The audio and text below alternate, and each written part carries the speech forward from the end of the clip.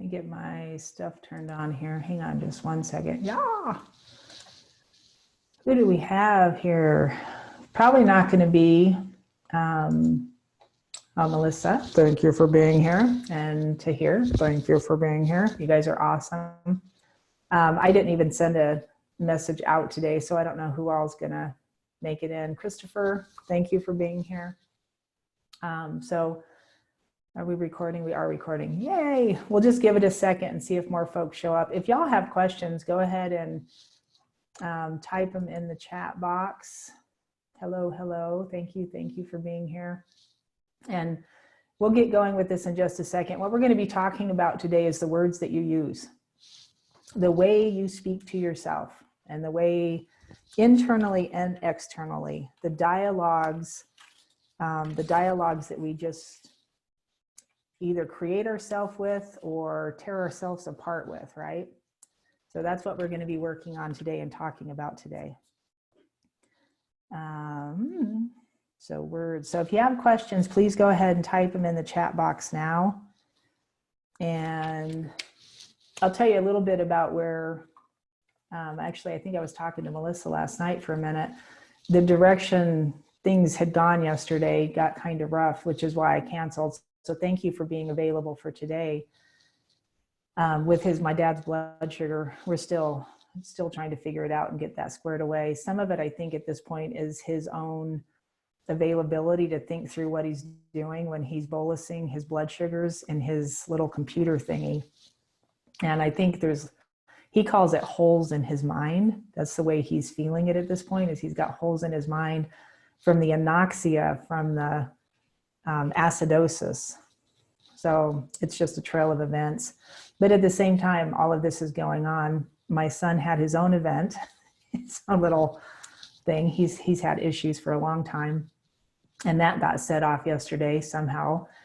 And then also my husband's father died. And I'm sitting here thinking, okay, how does this keep happening? And we knew he was going to pass. We knew he's been in hospice for a while, but it's just like, huh. So I don't know. And it keeps taking me back to when you stay in the higher vibration. I was worn out yesterday. I was just so tired. I could hardly think straight. But what I keep understanding and thinking about is just being in that higher level, that higher concentration of love and compassion is pretty much the only thing driving me forward at this point. I'm like, if you can stay in that and you can keep yourself in that awareness, it all just, and I can't say it's easy. I want to use the word easy, but it's not easy. But it keeps you in a steady, stable place. And even when my son goes and has his issues, he's been suicidal for years because of physical issues and all kinds of things that happened to him. And that's part of what got kicked back on. Thank you, all of you who are joining in here. We haven't started yet. I'm just kind of telling stories. So I was saying for those of you who just got in, if you have a question, please type it in the chat box now. And we'll get those answered first. But in that stable place, in the compassion, and that's what I've been practicing the hardest recently, is compassion. And I just now made another video I'm going to throw up on YouTube after this is over, on the great illusion that we live in. And staying in compassion raises you out of that. Staying in compassion, but it's not the compassion we're taught in this plane of existence. It's your spirit compassion. It's spirit from creator. It's spirit, or it's compassion from creator energy. And it's not the same. It is not the same level of what we're taught or what we think we know. And so it's interesting to me when you recognize that. Even unconditional love, the way people are taught love, right? Our viewpoint and our perception of love is different from person to person. If it's spirit, it's different. It's not the same. It will take you to higher heights in different places than you could ever imagine if you're willing to participate in it. But that's kind of the willingness thing. When you've been knocked back down, and this is what I figured out yesterday. And I've known this before. You know how you figure something out and then it kind of comes back around to you. I had one of those yesterday where my vibration lowered enough that it seemed to be attracting other lower vibrations. So how I knew it had lowered and I was attracting lower vibrations is that things were affecting me. Things were affecting me. So instead of being in my stable, just stay in that place of handling things and being able to handle things, because of all the stuff going on, significantly dropped. And I was acting and reacting instead of being in my state of compassion, which alters things and things around you. Does that make sense? So it ended up being a very interesting yesterday when I finally came back to my compassion. And I just literally was walking around the house practicing feeling, practicing being in compassion, feeling compassion. I don't even know, my son changed.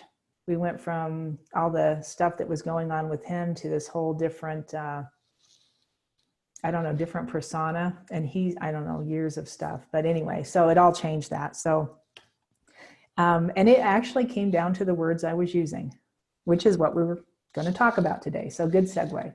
Does anybody have any questions before we begin? Welcome, Angie, Kendra, Leslie. We've got more people entering in here. Lindy, thank you for being here.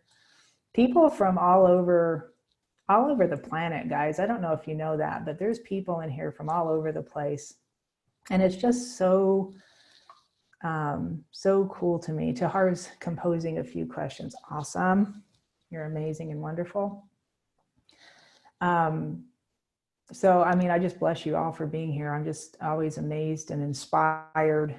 And it's funny to me too, no matter where we live on the planet, everybody's having the same issues. And not even in this period of time, always people sending me lists, their top 10 issues. You know how I do that? Well, I'll ask for your top 10 subconscious beliefs or whatever the question is. It's always the same answers.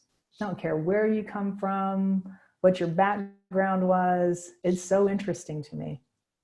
All right, so we're going to let Tahar compose. Does anybody else have questions? Please compose them. I love that word. We're going to compose things today, and put them in the chat box and we'll get those answered. I want to ask how you're doing. How are you doing? How are you handling this week? How are you handling this week? Are you staying coherent? Are you doing the breath work? That's one of the things I went back to was, we're just going to go back to breathing. Go back to breathing. So that's what I did yesterday. Breath and feeling compassion. How are we doing? And can you hear me? I'm sure somebody would have said something if you couldn't by now, but can you hear me? Can you hear me? I'm wondering if my system's working because nobody's typing anything. Somebody type something. Yes, thank you, Kendra. You're like, we're just listening. We're just going to hang out here with you. All right, so I'm going to kind of get started and then I'll come back and incorporate Tahar's questions. Oh, maybe we just got him in. Oh, buddy, he was composing. Okay. All right, hang on just 1 second. I wanted to spit my candy out. All right. Is there really a difference between the words that we use inside or external? I mean, we know that the inner reality is exactly what we're going to talk about. Inner reality shapes our outer one.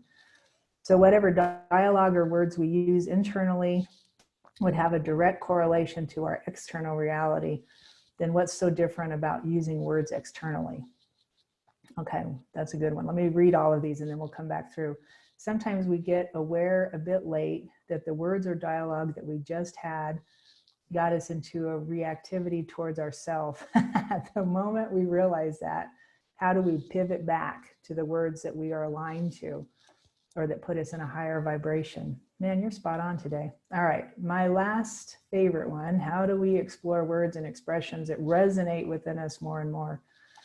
All right, and then Angie says, be sure to toggle all panelists and attendees so we can see. Oh, very good. I had forgotten about that. That's a good one. So if you click on your chat box, there's a little thing down there that says all panelists. If there's a drop-down box, click on that and make sure you're typing to all panelists and attendees so everybody can see see your questions. Very good. Thank you for that, because I always forget to say that.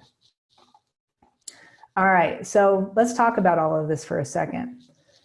The words that you use create, right, what's around you. And this is part of the video I actually just now made. I was talking about the great illusion, right? We think all of this is illusion. We're taught that it's an illusion, right? What you create, everything we own, it's all an illusion. It's all something we made up because somebody said, this is a pen, and we called it a pen, and now it is, right? It became what it is because of what we were taught. And all of this stuff that you were taught was pre-programmed into you from a very young age. Everything you think you know, everything you think you are, everything you know about the world around you has been pre-programmed in you from somebody else who knew something before you. Does that make sense? Somebody else came up with an idea or had an experience or had, I don't know, even had a conversation with God that led them to believe something that they said, here, this is reality, this is the way this is. And then you were taught it, and then all of a sudden it's your reality, that's the way you think it is. Until we start to wake up, right? We have this great awakening going on right now that's absolutely incredible. And this great awakening, because of this virus, has made everybody just kind of stop. And one of the things we're figuring out is that in this stopping, everything has stopped all over the world. In this stopping, people are going inside and they're like, okay, what is this? What's real? What's going on? Who am I? What is this all for? What's the point of all this? And it's all related back to, if you use your brain and you start asking those questions, you go back through all the stuff you were taught and you're like, oh, okay, that's what it's for. So I was taught that the point of this lifetime is to be happy. You want to be happy. Problem was, I didn't know what happy meant. Happy makes no sense to me. I don't get it. I don't get happy.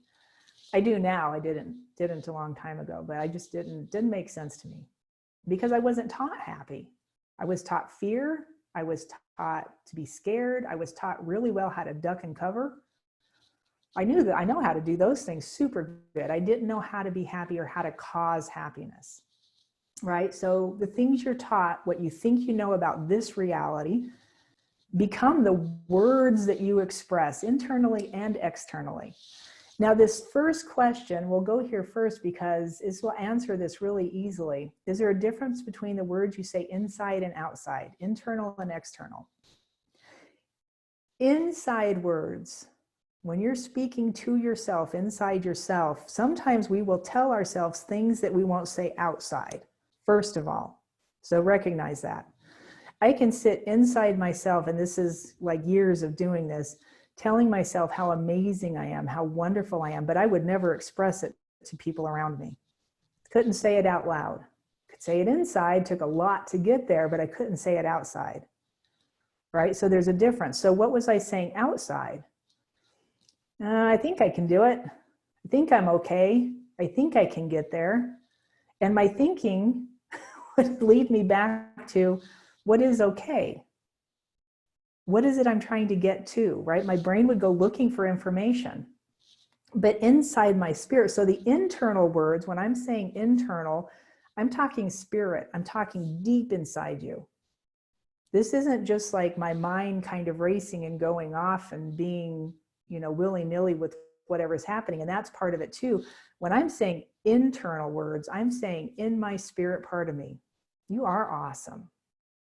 You're amazing. And I feel that compassion. I feel that love. I feel that inner, it's almost like a longing that I'm just like, I'm missing that part of me and I'm trying to bring it out.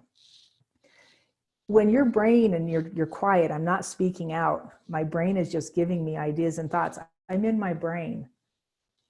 I'm going through my past. I'm thinking about my future. One way or the other, the information you're getting is stuff that has already been pre-programmed into your system.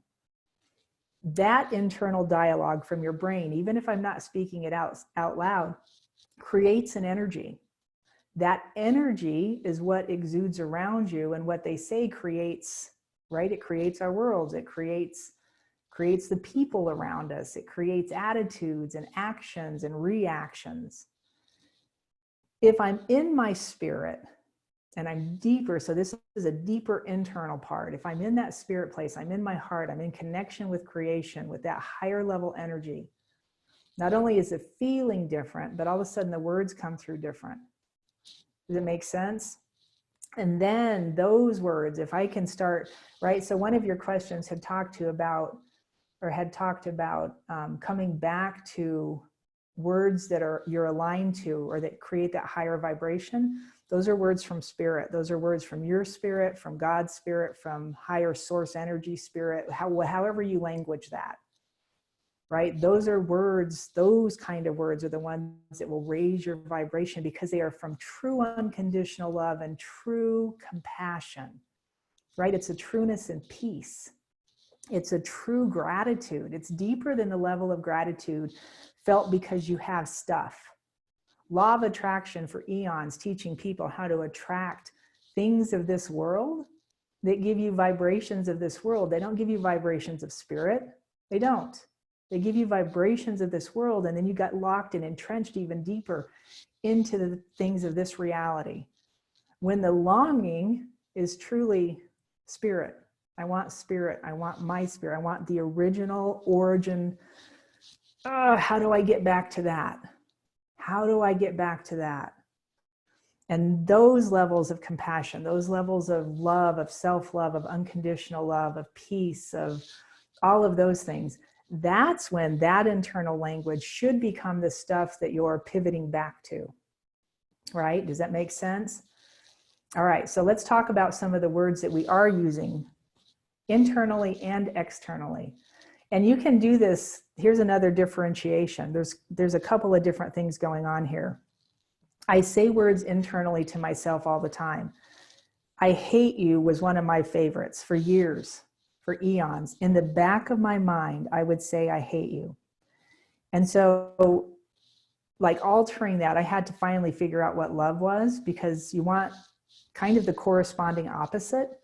And I say, okay, well, I want to be, I love you. I don't want to be, I hate you. I want to be, I love you. How do I get to, I love you? I trained myself to say, I love you in my brain, but I didn't know what it felt like. And the words coming out of my mouth were neither. I couldn't say I hate you to people like I hate myself. I mean, who's going to tell somebody I hate myself? Right? I just didn't tell people that. I also couldn't tell people that I loved myself because I didn't even know what it meant. I didn't know how to come to it. So I had to find a feeling of love first. And it just kind of happened one day. I've told this story before, I think, where I was sitting in a gym on a spinning bike. And think about this, think of physiology. This is internal technology that worked here. I was sitting there spinning, and when you spin, right, you're pedaling. If you don't know what spinning is, it's a bike that you just sit on and you go. You're not going anywhere, you're sitting in a gym, and I'm pedaling, and I'm, right, shoulders are moving, twisting the thoracic spine, huge inhales, huge exhales. And I didn't know any of this stuff at this point. My feet are going. So every time my left leg would come up, my right shoulder would dip. What is this? Even when you're walking, you do this. Think about this. This is a whole brain state. You're creating a whole brain state every time you do that cross action pattern. It's just like crossing your arms and your legs. It's the same thing. And so I'm sitting there one day and I'm like spinning. I don't even know. I was trying to go super fast and then I'd slow it down and go super slow. I was just going and going. And all of a sudden in the back, like behind me, I heard, I love you. And I was literally like, what? I'm looking around. There was nobody there. There was nobody around me. Where did that come from? Where did that come from? Now, I engaged with spirit all my life, and it was Jehovah God at that point because of what I was taught in a Christian church, right? Bible thumping, I don't even know. We won't go into that right now. But I heard I love you, and I stopped and I was like, nobody's there. And I'm sitting there for a second, and I was facing a mirror, and I looked up into that mirror, and I was just like, I was kind of flabbergasted actually, because I actually saw my reflection, and I was like, oh, you're kind of cute. I literally said that out loud to myself, and it startled me. And then I hear I love you again, and I'm looking around, and I'm like, what on earth? And I recognized it was spirit in me going, hey, I love you. Like, you're kind of cute. You're cool. You're fine. That moment changed my life forever. The second I heard those words. So I pivot myself back to what spirit told me, not to what something I learned in my head or something that I think I know about who I am. I go to spirit first and I find out for sure. Does that make sense? Is that helpful? I should scroll down because there's new messages popping up.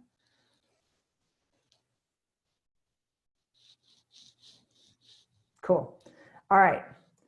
So we're going to just kind of continue down this trail. Is this helpful so far? So you've got a few different things going on with the internal and the external. Internal can also be your subconscious mind. Internal. If I'm getting messages or I'm getting information from that subconscious part of me that's leading me to say things and do things and act and react in a certain way, that's part of the work we do with a whole brain state, even with the ladder of awareness, where we're dropping stuff from our brain into our heart and allowing it to change. Like, I don't like it this way, I'm going to do it a different way. Well, how are you going to do it? I don't know, but I'm going to clear that out of my system first, and I'm going to see what else shows up. Right? I think that's what happened with the I hate you thing, because I would literally sit there saying I hate you to myself while I was spinning. I hated spinning. I hated being in a gym. I hated myself. And I would sit there and just go through all this weird dialogue. And then all of a sudden one day it broke free.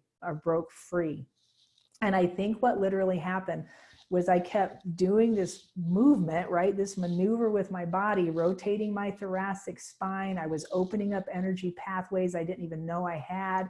My heart blew open. All of a sudden spirit emerged and went, hey, I love you. I was like, dude, this kind of rocks. It's internal technology. You can use it all the time. When you're outside walking around, right? The, what do we call them? The walking meditations. Dispenza does this also. Been doing walking meditations for years.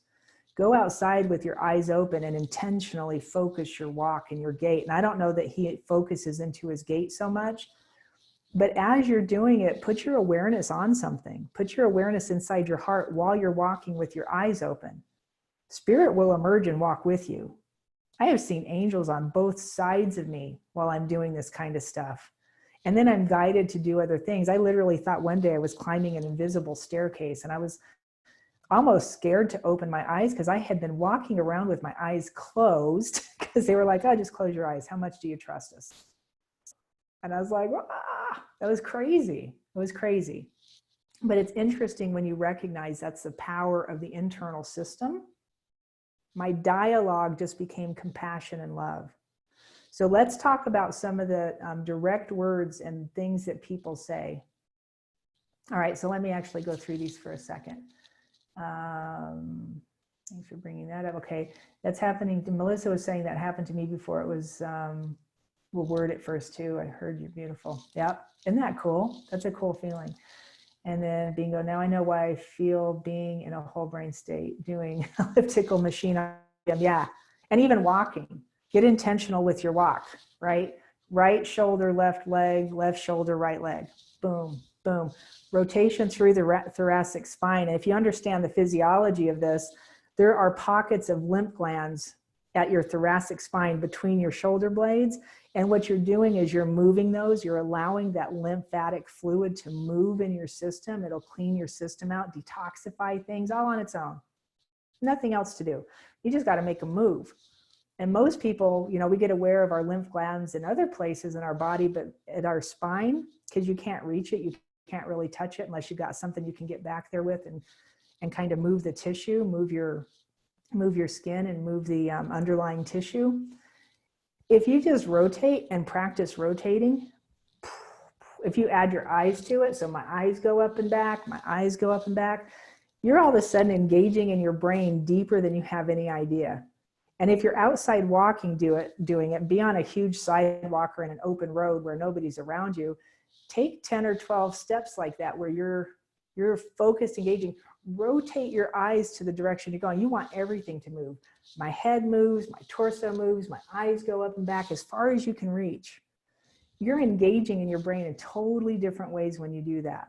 All right, and it's just another method of clearing. It's another, actually, a way that we use in neurokinetic therapy to help people clear muscular issues. And if you do that for yourself, it's going to open that up quicker. All right, so it's a really cool thing you can do. It is a whole brain state. It will take you there. And then you can start inputting good thoughts, right? So now I've got that going on and I'm like, oh, I love you. I'm awesome. I'm powerful. I want to feel the energy of consciousness. I want to engage while I'm walking with consciousness, right? You start going into all of that stuff while you're in that state.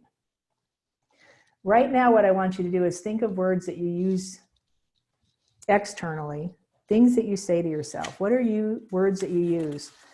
Typical things that people say to themselves counter the work you're doing are words like not, can't, won't, shouldn't, things you think you shouldn't do, didn't, anything towards the negative, right? Anything towards the negative aspect. So, you know, people will say, well, I want to, take that word out of your vocabulary. And I'll tell you why in just a second. Want's a tough one because all of these words, what will happen if I say, I can't do that. And even if it's something like in the moment, like I need to go to the store right now, I can't do that because I'm on here with you. I can't tell myself can't. Right now is not an opportune time for me to go to the store is what I should say because it's not. Right? This isn't an opportune time to go. But if I say I can't do that, my brain starts looking for information about the word can't. And that's all it gives me is, oh, you're right, you can't. And all of the years of stuff that I couldn't do. Does that make sense?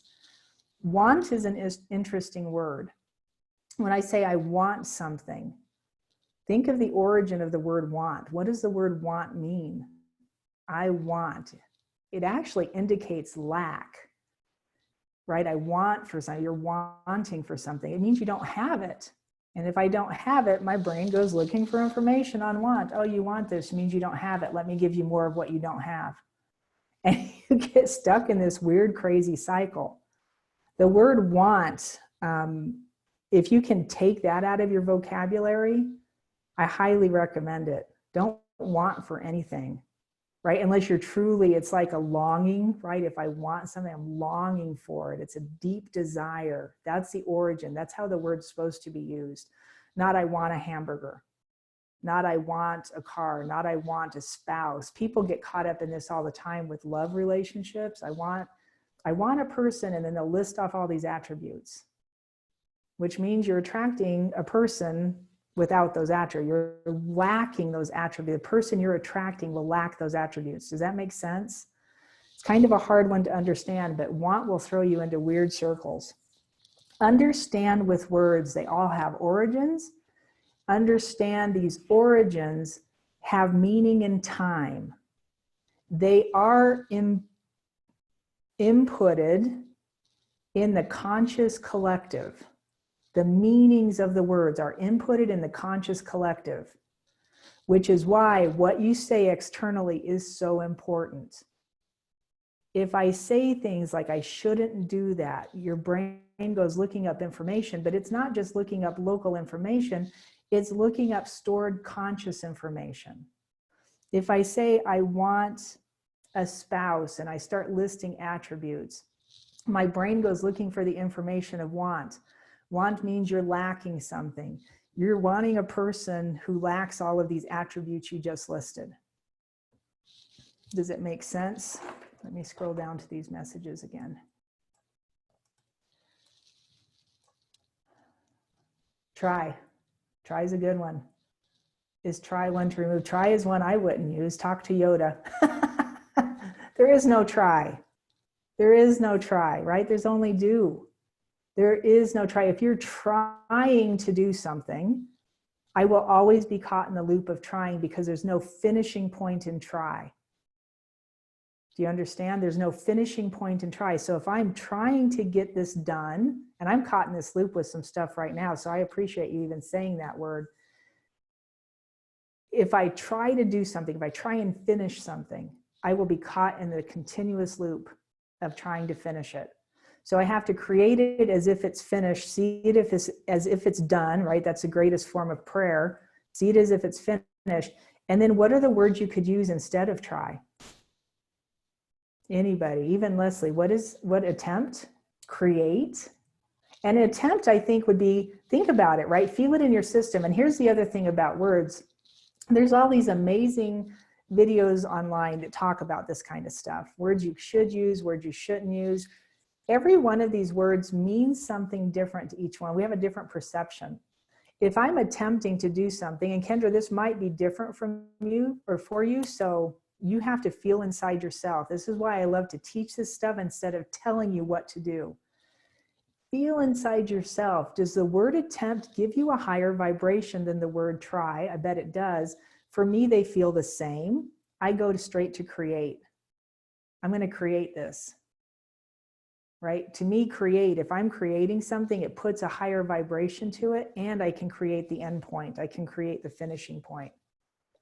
Does it make sense? So you start thinking through all the words that you're using. Not, can't, won't, shouldn't, didn't, try. Try is a definite one that I would get rid of. This guy, and I've told this story before too, years ago, no, it wasn't years ago, it was this last year. I was in a dining room, and this waiter walked up to me, and we were talking about these kind of things. We just kind of came together, and I don't know, it was a weird, interesting conversation. And we were talking about how to just do something. Like, how do you just like get into your energetic flow without even, like, you're just there. It's like, right, I'm just there. And this kid was young. I'm going to say he was in his late 20s, maybe. He was young. And he's teaching me this. Like, I'm listening to him so intently. I'm like, well, how do you just be there? Because he had this weird thing about him. His family for eons was shaman. And he just fell into this train of these shaman. So he said, stand up and go walk over there and try to sit down in that chair. And I was like, what? He goes, just do it. Go over there and try to sit in that chair. And so I did. I stood up, I walked over there, I tried to sit in this chair. And I just plopped down, and he looked at me and he goes, did you try or did you just do it? And I was like, oh, in that second I understood. That's how it works.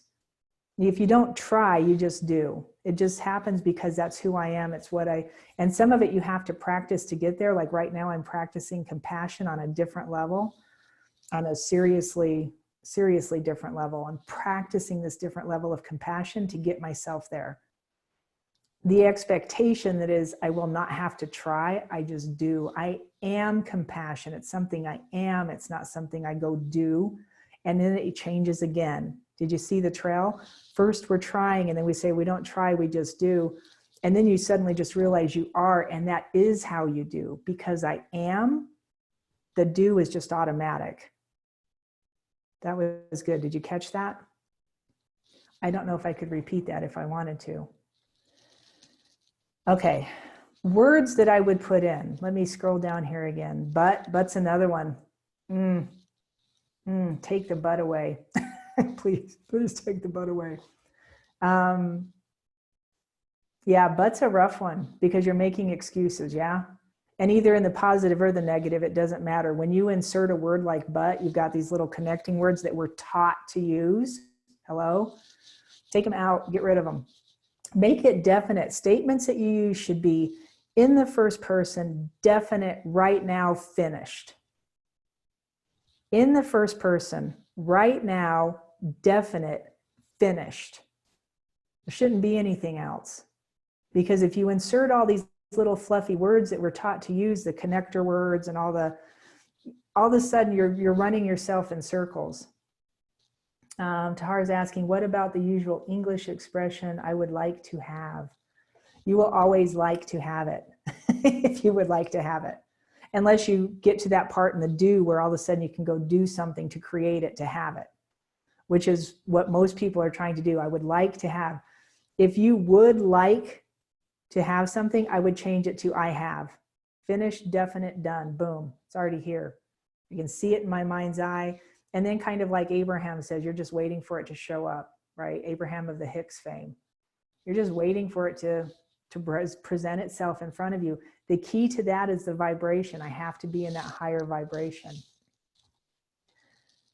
We talked about attempt. I think we should be saying I am, I am. I am is the highest form. I am is always the highest form. It is a name of creator. It is a name of God. I am that I am. It's a yeah, Asher, a yeah in the original language. And I want to say it's Hebrew. It might be a step back even from Hebrew, but it's not the new, it's old Hebrew. It's not the new Hebrew. All right. Ayah, Asher, Ayah. That is the name of God. It's also the name of God that the Jewish people won't speak, Ayah, right? Unless it's in the proper tense. They have to use it in a different tense. It is the name of God that translated into Yahweh.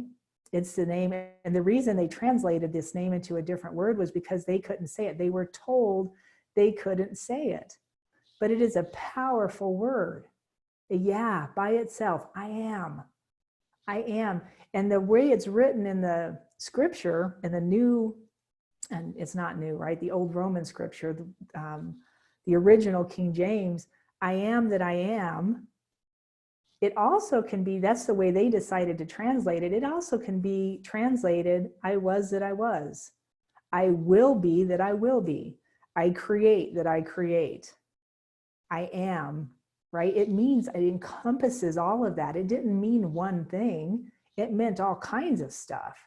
They chose and taught you which version was correct because of what they wanted you to know.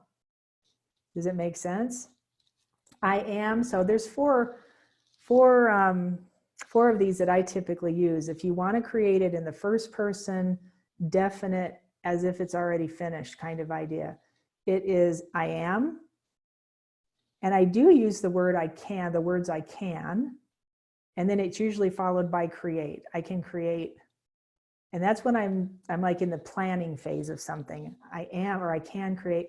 I am. If you recognize some of the things that you're trying to create isn't something you do, it's something that you are, because in that spirit form, it's part of spirit's nature, right? I am compassion. It's not something I go do or I go activate. We use that word a lot. I'm going to activate compassion. No, you are compassion. You are unconditional love. You're made in the same energy that Creator created this, right? However that happened, whatever your storyline is to that stuff, you're the same energy. That is an attribute of God. You are unconditional love. It's not something you go do. You are peace. It's not something you go find. You are joy. It's not something you have to do something to come into joy. You are joy. That is part of the original energy, right? Is these higher level vibrational, what we translate into feelings. Does that make sense? I have to play catch up on messages. You guys are getting way ahead of me. And actually, I just should play catch up right now. So the four that I use are I am, write these down. I am, I can, I will. What is the other one? I choose. And then create, become, whatever word you use, it will inspire you to move and get up. I will is not, I will do something. I will is activating your will spiritually. I will, let me explain this for a second. Let me think for 2 seconds. I will is not I will do. I will is your will activated. So it would be like, I will this be done in its finished form. It's the easiest way to get there. I will it be done. So last night I was talking to somebody, it was Melissa. Thank you, Melissa, once again. I was talking to Melissa for a brief second. And I was like, and we were talking about these kind of things. And one of the things I said was, I will, and I will by activating your will to create, right? Your will to express, your will to be healthy, your will to be abundant. Those are part of our nature. That's part of who we are, not things we do. You just have to realize it. And I was sitting there talking to her. I was like, I will that I talk to Christ tonight. By my will, I'm calling in the spirit of Christ. I need to have a chat. I need to talk to you for a second. And that's what happened. Because I willed it so, it's so. That's how this works. It's like ordering off a menu. And I know a lot of you have heard this before too. You know, you go into a restaurant and you order something off a menu and you're like, okay, I'm going to have steak and potatoes and chocolate cake. Right? And I order that. Does the lady bring out chicken and vegetables and apple pie? No, ever. Never happens. She'll always bring you exactly what you asked for.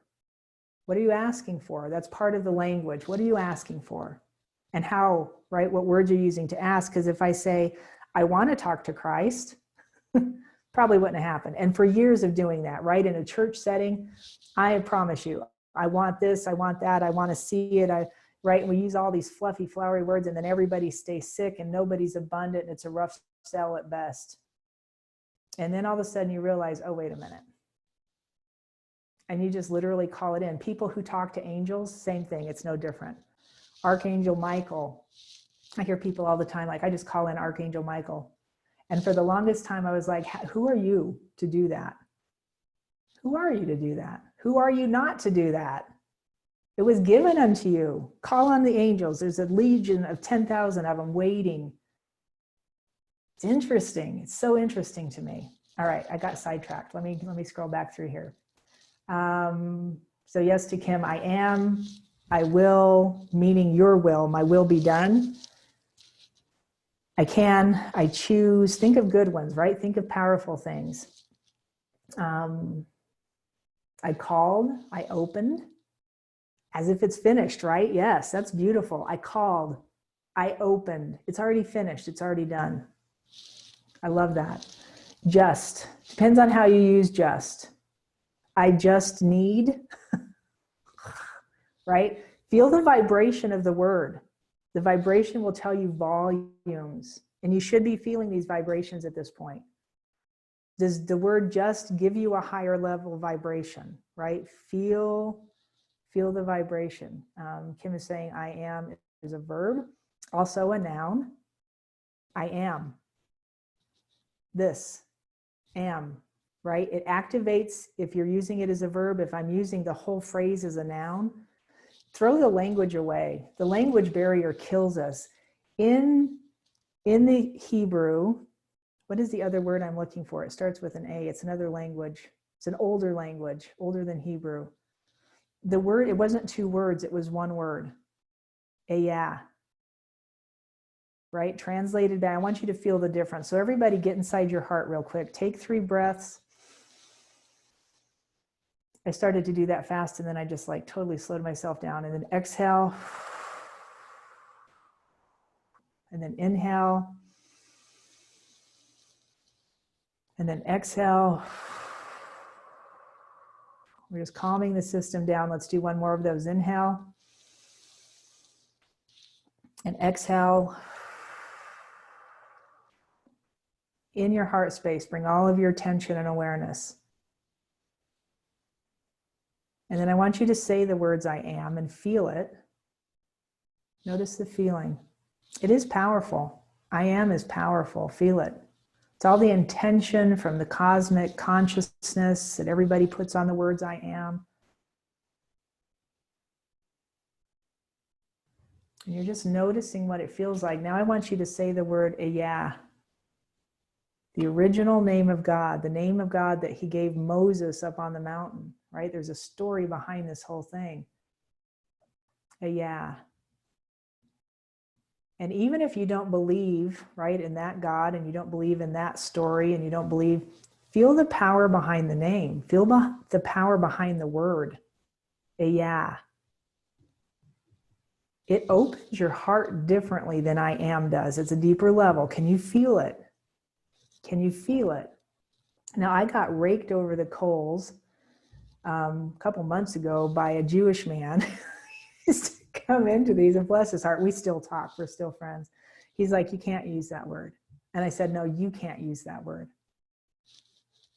I don't fall under the same law you do, right? We had this huge discussion about the laws, and I was like, and furthermore, the law was deactivated, and it's choice at this point. And he was just like, oh, shoot. Feel the power inside that word. Can you feel it?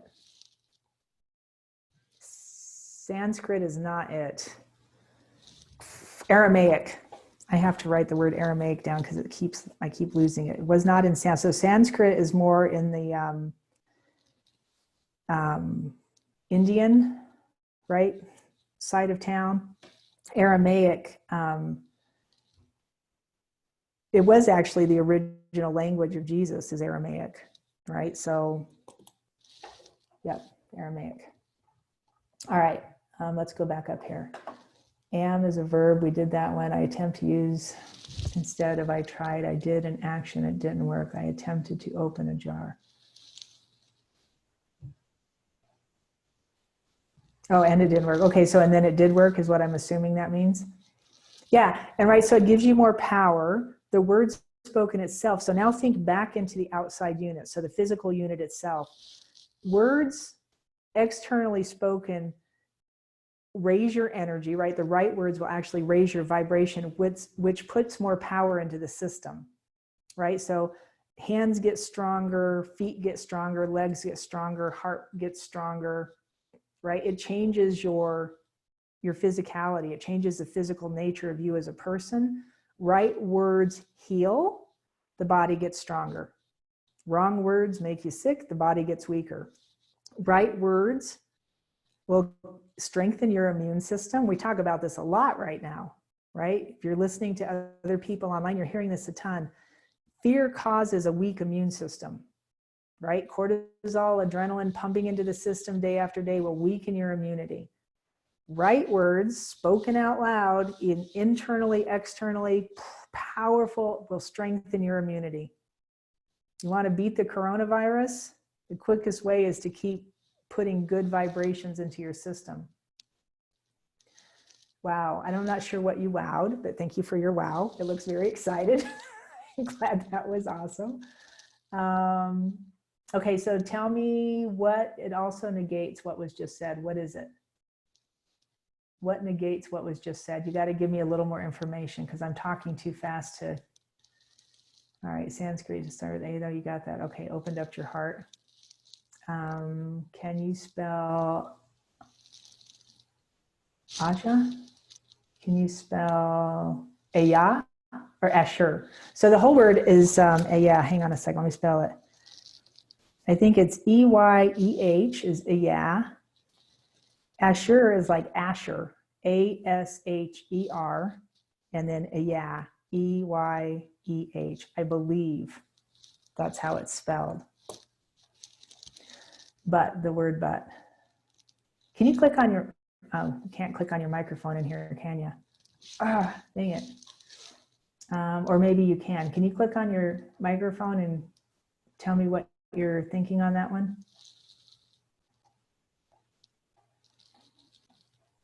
Oh, the word but negates what was just said. Yes, yes, I gotcha. I gotcha. Yes, totally does.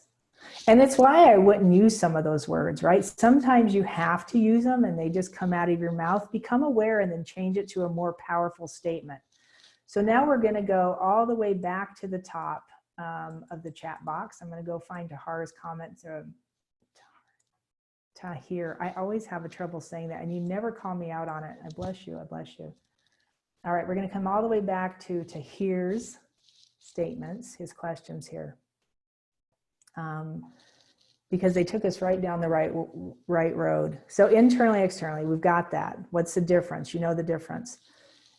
His second question stated, sometimes we get a bit, we get aware a bit late in the words and dialogue. So you're just like talking and stuff comes out of your mouth. The awareness is key. When all of a sudden I hear myself say something, and it's what I've done to all of you guys that have worked with me privately, I'll stop you in mid-sentence and say, change what you just said. And I get you're trying to tell a story, you're trying to help me understand something, but there's better ways you can say it that will pivot you faster, right? So the second you hear it, change it into something else. If it's something habitual, like my I hate you was, get into a whole brain state or drop it through the ladder of awareness. I actually think in this period of time, the ladder of awareness is more powerful because things have opened up. The veil is lifted. I don't even use whatever words you want to it. We are not in the same period of time. And if you take something out of your brain and drop it into your heart and expecting like whatever the new thing is, so instead of I hate you, all of a sudden I'm just like feeling this intense feeling of love and this intense like longing to know myself more, right? To know Creator more, to know my spirit more. That by itself, that event will change you in ways that you'll never go back to I hate you, right? Or whatever the negative habitual thing is that you're saying to yourself.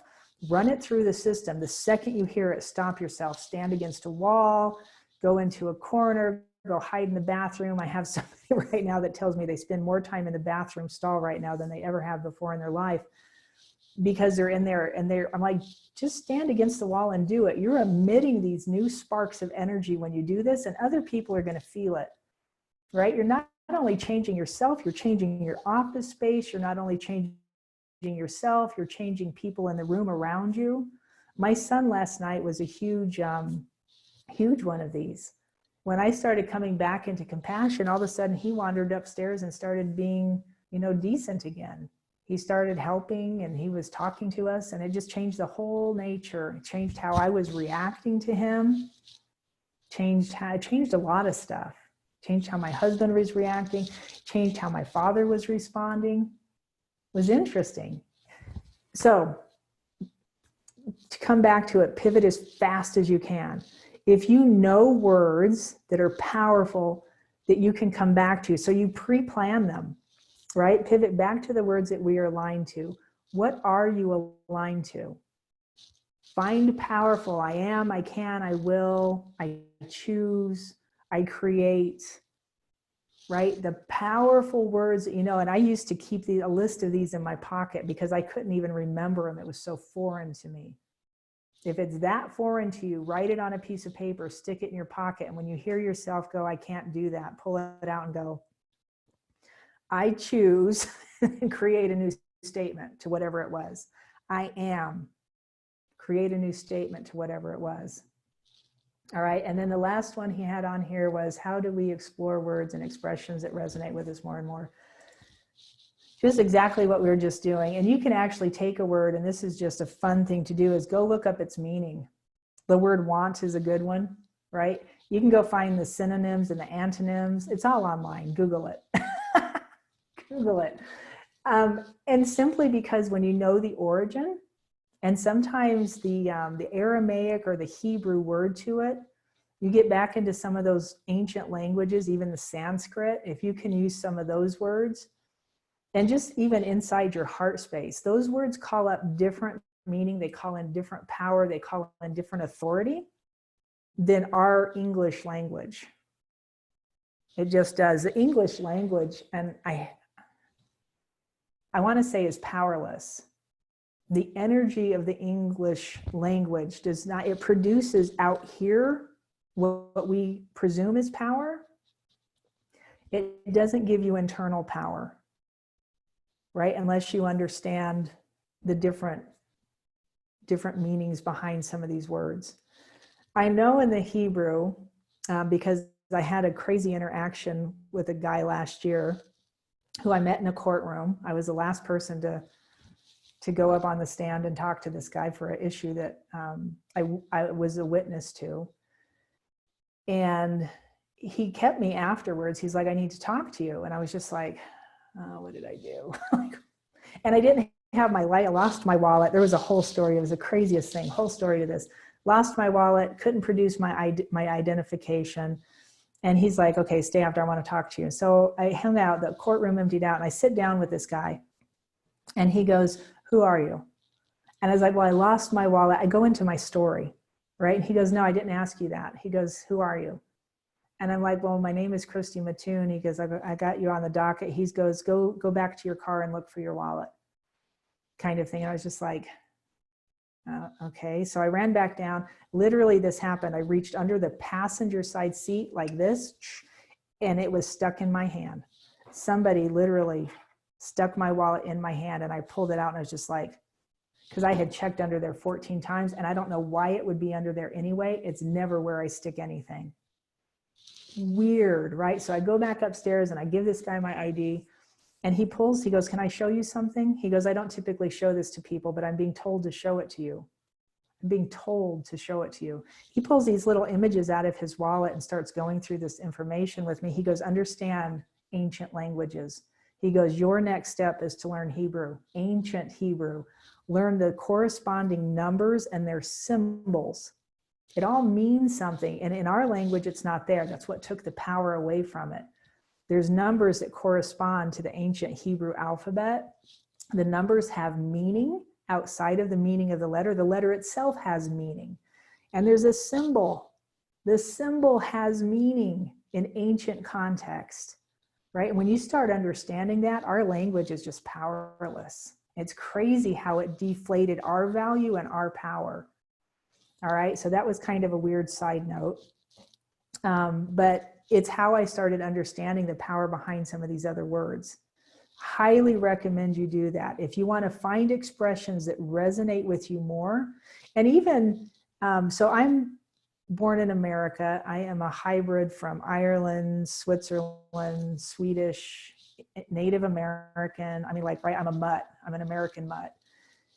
If you have, or you are somebody from a land where you're kind of pure in blood, check out your own language. Check out the dialects around you that hold, right? Native American language holds way more power than our English. It just does. And there's many of them, but it holds energy that our language does not hold. Does that make sense? So you want to check out languages or find phrases that you can understand from Sanskrit, and you can still say them in English once you have the resonation. That's what we're looking for. We're looking for the vibration. So I know I am that I am, and I've heard it for years, I've known it for years, but it never felt like anything until somebody explained to me, a yeah, a sure, a yeah. And I looked into it deeper, and then all of the meanings behind it, it all of a sudden just opened up a whole different conversation internally, right? By feeling. Is that helpful? All right, let me go all the way back down. Because we speak in a dumbed down version of English and not, yeah, that's exactly right. That's exactly right. Quit doing it. Quit doing it. Teach yourself how to speak better and understand, right, the feeling. So you say things that you can feel the feeling too. How about Reiki? They use symbols and refer to Sanskrit. Yes, so Reiki is interesting. For those of you who know what Reiki is, it's actually a hands-on healing technique. I have a book around here somewhere. The origins of Reiki started in Japan. And I can't think of the guy's name the origin of Reiki. He was actually a devotee of Christ. He was trying to figure out what Christ was doing from a different period of time. He was looking back going, like, how were you doing that? What were you doing? Came up with this hands-on technique, and what he was given was the power of the energy moving through the energy ports in your hands. So these are little known chakras, right, in the palms of your hands. These are chakras, just like all of these are chakras. It's an energy port. It's an opening where energy emits. Some say energy comes in through the right and out through the left. I can make them do both at the same time. I can have it emit, and so it's like a circulating of energy. I don't know that there's any right or wrong to it. It just, everybody feels it a little bit different. I know people who can heal very effectively who don't feel a thing as far as energy movement goes. Okay. So it's just what you feel, what you perceive. Yeah, it is Japanese. So what happened, here's where the symbols came in. And I learned this from a shaman that I worked with a number of years ago. And that's where I actually got the book from. What happened was this guy created Reiki. He got the download about how to hands-on heal. He created the system of hands-on healing, and it was just different places. And it literally corresponds to your meridians and what they use now as acupuncture points, right? Chakras. And so he's holding his hands over these different places, just moving energy. When he passed all of his information down to some of the people he was teaching. So some of his devotees, he passed this information down to. One of them took it and added stuff to it so that she could sell it. And it became what it is now, where you have to see these symbols and practice these symbols. And when the truth is, the energy is going to move if you call it to move. It's going to do what you call it to do by your will. If you're asking Creator for healing energy to move through you, right? Even life force energy will heal. I'm just going to move life force energy. I got to get it coming through me in a way that it affects the cells that I'm moving it into. Right? Does that make sense? Yes, that is his name. Good job. And I won't even pretend to say it. Here's the deal with things like Reiki. If it was made harder than it needs to be, and I always go back to source, go back to, do I need to do that? That'll be a question of mine. And I learned Reiki. I actually am a Reiki master, but I don't do it the way they do it because I was like, do I need to do that? That's a lot of work in my head. And I was like, I don't want to do the symbols. And what I found out was, you were doing this before, go back to doing this. It's no different. It's the same thing. You don't need the symbols unless you think you need the symbols. Right? Is that an original part of you? Is that part of your spirit to need the symbols? Maybe it is. If you need them, use them. And it all depends on what you think you need. All depends on what you think you need. What were you taught? Now we're back to, like, what did they teach you? What is the great illusion? Somebody made you think something about yourself, that you need something else to get yourself to a place where you can do what you want to do. And in that thinking, we get trapped in the words and we get trapped in the illusion, right? And I always thought the illusion was just like, I think it, I create it, and this isn't real. It's not here, right? This is just energy. If I could figure out how to stick my hand through it, I could stick my hand through it, kind of thing. That's not the illusion. I mean, that's an illusion too, but that's not the greatest illusion. The greatest illusion is what they made you believe. What they made you think was real, that caused your actions and reactions your whole lifetime, until all of a sudden you start waking up and you realize you can talk straight to God. You don't have to do it the other way.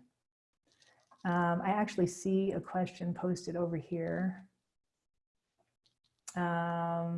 So there's like two different places you can post questions in this thing, and it just makes it confusing. There's a chat box, and then there's the Q&A area. So I'm in here now just picking this one out. What if I say I should, but the implication is I'm doing something else and not going to necessarily do?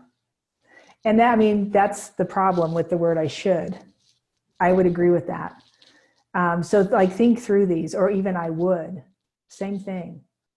So that's why you make it definite. I should and I would are not definite. I should do this. Maybe I will, maybe I won't. My brain goes looking for information and I just feel the vibration of it. I should. I know I should, but I'm probably not going to, because I just said the word should and my brain goes south. Mine's like, if I should do it, that means I don't want to. That means it, right? That's my perception. Even I would. If I say I would do something, I would do this, all of a sudden Kendra's word comes up, but, right? They go hand in hand. I would do that, but, and now I'm making excuses and I'm negating what it is that I would do. So instead of I would or I should, I say I will, and not that I will do it, I will it be done. By my will, I cause this reaction. By my will, I cause this to happen. All right. And I see, Lindy, I see your hand is up, but I don't know. If you want to ask a question and can't type it in, feel free to turn on. Oh, there we go. I heal my psoriasis with Reiki. Where can I learn Reiki? Reiki, if you're talking about the form that's sold, where the symbols and all that stuff, online, you can find actually really cheap courses online for Reiki. I can actually see, I think I have one still in my database. I can see if I can send it to you. That was the one the shaman gave me. She's like, learn all the symbols, do all the stuff. And then she's like, you don't need to. It's not real. I was like, why did you do that to me? She's like, so you would see the difference, right? You just learned it this way, but you were doing this before. Go back to doing this. Don't worry about that. Right? It's interesting. Many, of course, yeah, Udemy is another good one, and those are typically like $9.99. If you catch one of their sales, sign up for Udemy. Udemy. Yeah, that was right, Udemy. And then, yeah, for Reiki, totally. And wait for one of their sales, Lindy, because you can usually get courses on there for like $9.99. They're relatively cheap. Or practice moving energy with your hands. So practicing feeling energy, and I wasn't going to do this today, but we'll play with it for a second just so you can get an idea. is go into your heart space, right? So you do your breaths, you inhale, you exhale, you get your awareness back into your heart space. And then to practice feeling energy to start with, you walk around putting your hands over things. So this is a wall, right? And I just put my hand over the wall and I feel the wall. And then I put my hand over something like a tin can. And this is actually aluminum. And then I feel it. Notice the difference. You're not looking for texture, so I'm not touching it, right? I'm not looking for texture. I'm not looking for temperature. And I'm not in my brain trying to feel it. I'm in my heart trying to feel the difference. You want to add something super wacky into the equation. Put your hand over your phone. And that one just always feels so weird to me, right? Put your hand over, this is coffee.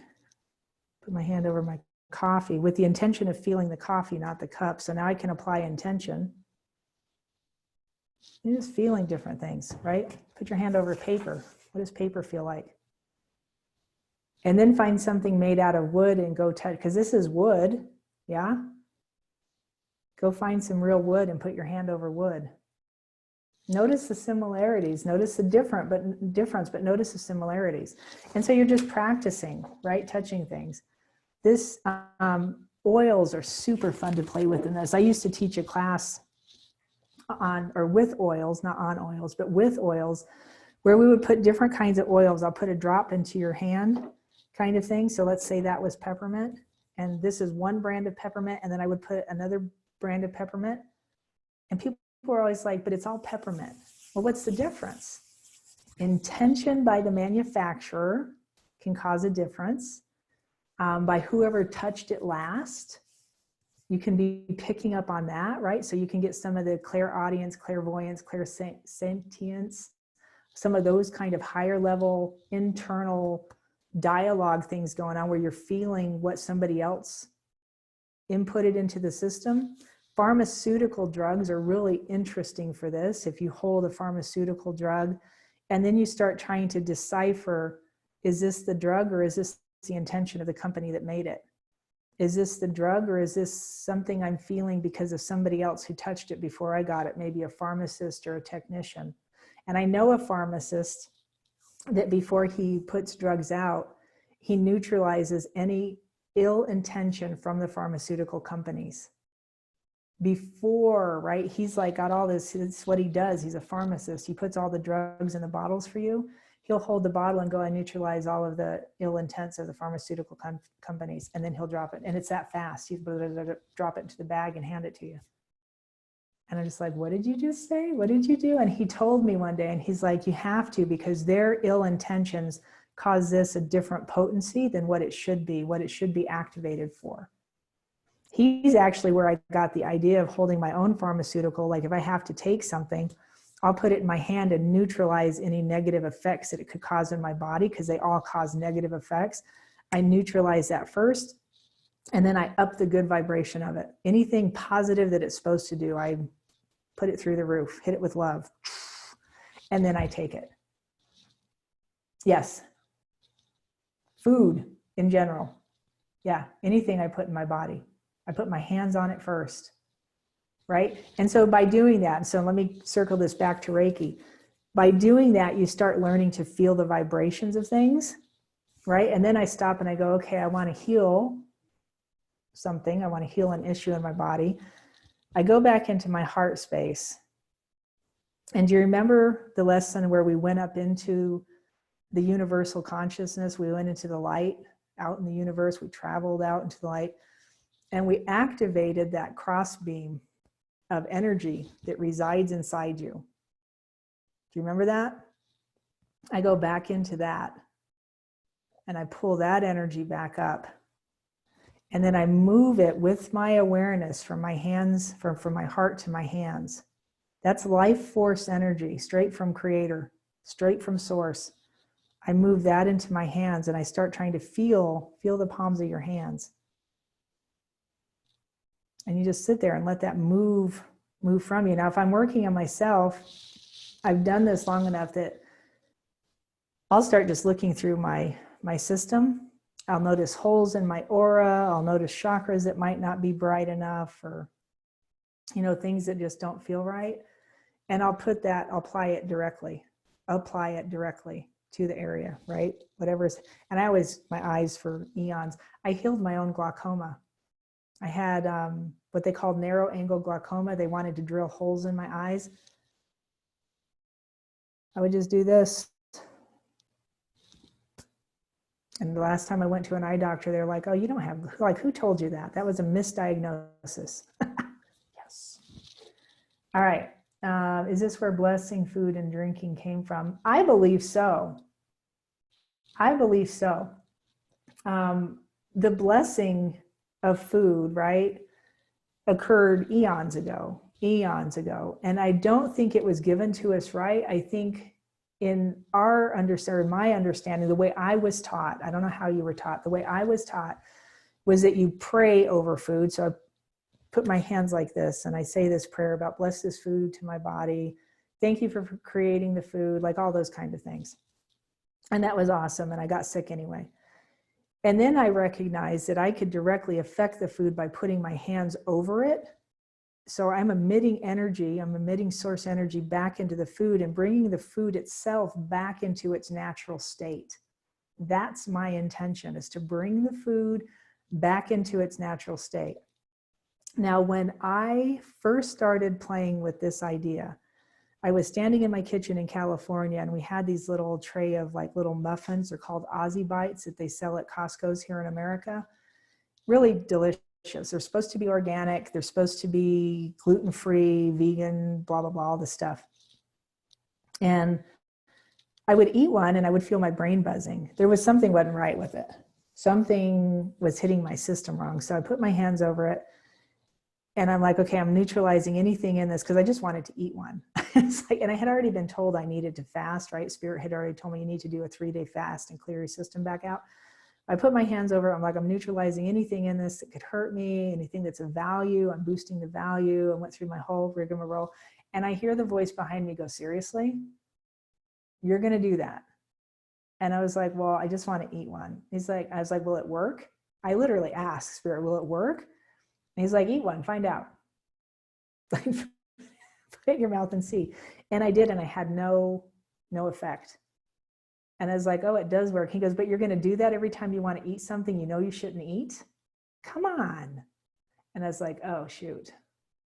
So then I go back to eating what's natural, what's whole, what's going to benefit the system instead of hurt it. Because you could put your hands over everything you stick in your body. I'm super effective at neutralizing alcohol. I haven't managed to create wine yet, but I can neutralize alcohol from pretty much anywhere. And I can, in my own system, go from feeling tipsy to totally, just because alcohol is simple. It's a low vibration. All you need is a high one. Super. I can do it for my son, right? If he's, and when he was in college, I did it all the time. He never could figure out why he couldn't get drunk. Mom's back here neutralizing his alcohol every time I knew he was going out, right?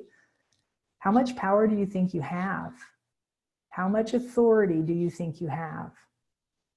It's interesting when you recognize if you were made in the likeness and you recognize yourself as that power, not something you have to go do, but as that power. I am that compassion.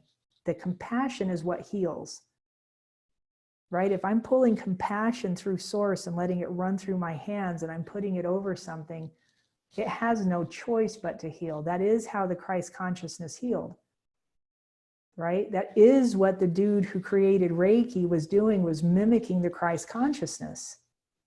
That is what he was looking for. Every hands-on healer since then has been trying to mimic. What was he doing? How did he do that? How did he do that? He was just moving energy from source. He tapped straight into it. He didn't have to go through, right, all the levels of stuff, the priests and the preachers and the whoever you think you have to go through. He went straight to source and said, boom, move what's negative, right? In the text that we read, he called it demons. Move the demons, move what's negative, and then heal whatever's needing healed. Here's the kicker. Here's the as if finished part. every incident that you read about that's written in the Roman Catholic Bible, right, the original text, he tells them to do what they couldn't do before. Every single healing he did that is recorded, that we're able to read, every single one, he tells them at the point of removing, raising energy, then he tells them to go do what it was they couldn't do before. If you can't see, open your eyes and see. If you couldn't walk, stand up, roll up your mat and go walk. Right? If you had leprosy, go dip yourself in the Dead Sea 3 or 4 times. Whatever he told the person to go do, they would come out and it would be gone, because they had to do whatever the thing was they thought they couldn't do or couldn't achieve. They had to do that to get there. Does that make sense? Glaucoma gone. I had to go to an eye doctor and hear an eye doctor say, oh, that was a wrong diagnosis. Glaucoma gone. You don't have it.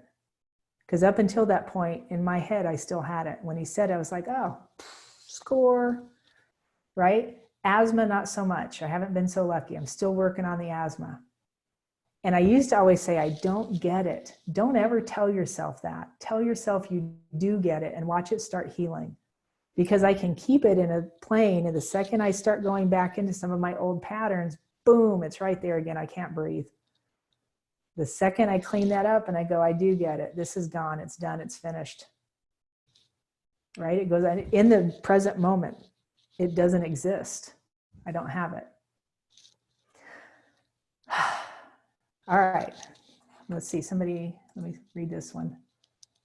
Okay. That's the one I got. All right. Any other questions, thoughts, concerns? Healing leaky gut that way too. Yes, on the gut, hands on, every night. If I feel it, right, if I feel something starting to go right, and I had more than just leaky gut going on, I actually exploded some organs. Don't ask. Horrifying. Blew up some things, never even went to the doctor, immediately applied energy. Had other people apply energy. All right, I was sitting in a gym one day and this little guy came walking by me. And he goes, I have something for you. And I was like, oh, lovely. I like things. What do you have for me? And he goes, and I was like, oh, for what? And he goes, and he put his hands right on my gut. And he just stood there for like 10 minutes. And I was like, wow, I walked away different. I was like, do you know what you're doing? He goes, no, I just know it's for you. I was like, wow, be receptive, right? If somebody walks up to you going, I have something for you. I do this to people. God gave me something for you. Can I give it to you? It changes people. It just does, right? Do it like you, as if it's finished. Whatever you're seeing, hearing, feeling, sensing, right? When these start acting as a unit instead of 2 separate pieces, everything changes. Everything changes. All right. Questions, thoughts, concerns, and also with healing leaky gut or any like known. And I do this all the time with my asthma. I see the bronchial tubes as open, right? And I think what I understand at this point that I was actually born with deformed lungs, causes a bit of an issue. So I'm just I'm getting new lungs at this point. May we have you post this? Yes. Oh my gosh. I'm so sorry. I keep forgetting to do that. Ever since all this started with my father, I have been halfway sideways, and I'll post all the other ones in there too and play catch up. Supposed torn rotator cuff. You're welcome. I would see it as if it's whole. So this is what I do with stuff like this. When people call me asking for healings on physical things like rotator cuffs, I go look it up, and I actually have a Myers anatomy book, and I'm trying to think of the other one, but it's like the hand-drawn pictures of the anatomy. I literally go look it up, but you could go look it up, Google it. What does a whole rotator cuff look like? And then I would look at that. I would sit there staring into that whole rotator cuff. I would get into a whole brain state, drop it into your heart, and then I would see myself putting it in place. I went for years dialing down the tension in my eyes from the glaucoma because somebody said it's a dialed tension, right? So I would dial it down. It's like, what do you think you can do? And that's what I do with people with presenting issues, I'll see it as if it's whole. If you don't know what it looks like, go look it up. Know what a whole rotator cuff looks like. And then cross your arms and legs, find the right pattern to it. Put your hand on it. Like, you could do all of this stuff at one time. Is it too much? It's never too much. It's never too much. If you're in a whole brain state, heart coherence, and you're putting energy, applied energy toward the thing you're trying to heal, it usually heals pretty quickly. And you could just do the energy with the intention that you're healing the rotator cuff. I have a friend that's super effective at that by itself. She's actually the one that healed. She fixed the bone in my wrist. I crushed it. It was crushed, like on an x-ray, and there's pieces missing. She was putting it back together a piece at a time. She didn't even know what she was doing. She's sitting in Hawaii and I was in Massachusetts, and she's putting my wrist back together right after I had fallen down. They took an x-ray of it in a hospital, and he's like, it's really weird. He goes, oh, it's crushed. Like, the bones are, it's totally fragmented. He goes, but everything's exactly where it needs to be except one piece. And he showed me the x-ray, and there's this huge V-shaped chip of bone missing. He goes, I can't find it anywhere. He goes, I don't know what has it. Maybe you pulverized it. And I talked to my friend later. I'm like, well, this is what they said, and this is what they did, and this is where it's at right now. So the bone healed wonderfully because of her work. But she's telling me, she's like, yeah, you called and said, oh no, my wrist, it's pretty sure it's crushed. She goes, my hands just went and started working, and she let her hands do whatever they were doing. She goes, there was one thing we picked up, and she goes, I set it aside because I couldn't figure out where it went. Like, it was one of my bone chips. Crazy. That's crazy. Right? And she had no idea. She hadn't seen the x-ray. She had no idea. And it literally comes down to, and so you could do this beforehand. You can go, I believe I can heal myself, or I can heal myself, or I am healed. And I take the words, I am healed, no matter what you're feeling toward it, I am healed. And I bring them into my heart space. And in my heart, this is how I operate. In my heart, I translate it to a yeah, right? Remember, a yeah is sure a yeah, healed. A yeah, healed, I am healed. A yeah, healed, healed. A yeah, healed. And I say that until it resonates. A yeah, healed. And I have my shoulder or whatever it is I'm healing in the back of my mind. A yeah, healed. See it as if it's finished. A yeah, healed. That's one of my little secrets. Don't tell anybody. Works very effectively. Very effectively. And actually, tell everybody. Spread it around. Torn rotator cuff. We got that one. YouTube, please put the link of YouTube on Facebook as well. Yep. Can do. Yeah, because I know in some places, that's why I keep trying to do it all different ways. And take a breath. Inhale and exhale. Any other questions? Please send me an email. Let me know how you're doing. Let me know what you're working on. Let me know what you would like to work on. Do we want to go deeper with hands-on healing? We can go whatever direction you want to at this point. If we need to repeat anything, sometimes I get direct input from spirit. My hands are tingling. Yes, they are. Hang out with it. Here's another way to test this, Kim, and everybody else. Here's another way to test this, is go find somebody and put your hands over them and just stand there and watch what they do. Do this to your animals. My cat hates me. Her fur will get all ruffled up. She gets all twitchy and weird. She won't stand still for it. My dog, on the other hand, will fall asleep. I haven't put that dog to sleep so fast, right? Put your hands over somebody and ask them, can you feel this? And then intensify it. So if they're like, don't doubt yourself. Don't doubt yourself. Just intensify. And you can say, intensify it. So I'm talking to my spirit, intensify it. Intensify it. And notice what you start feeling. Intensify it. Right? Life force energy. Life force energy. I just call it. I call the energy I'm needing. Healing energy. Whatever, right? Love. Love feels different out of your hands than it does out of your mouth or out of your heart. What happens if you apply love to somebody? That's interesting. All right. All right, I got a jet. I have another meeting I have to get to. I bless you all. Thank you so much. Send me an email. Let me know what we want to keep working on. If we want to go deeper with hands-on healing, we will. You're very welcome. Very welcome. Thank you for being here. I know this weekend was nutty. So everybody who came in, I thank you so much. I'm always awed. I'm in awe of you. I am blessed by you. I know you think I'm giving to you, but you guys give so much back to me. You don't even know. Thank you, Lindy. Thank you. All right. And I'll get this posted. I'll have these posted today, actually, so you'll have things to go look at. Yes. Yeah. Receiving downloads from spirit. Same thing. Ask. Show me something.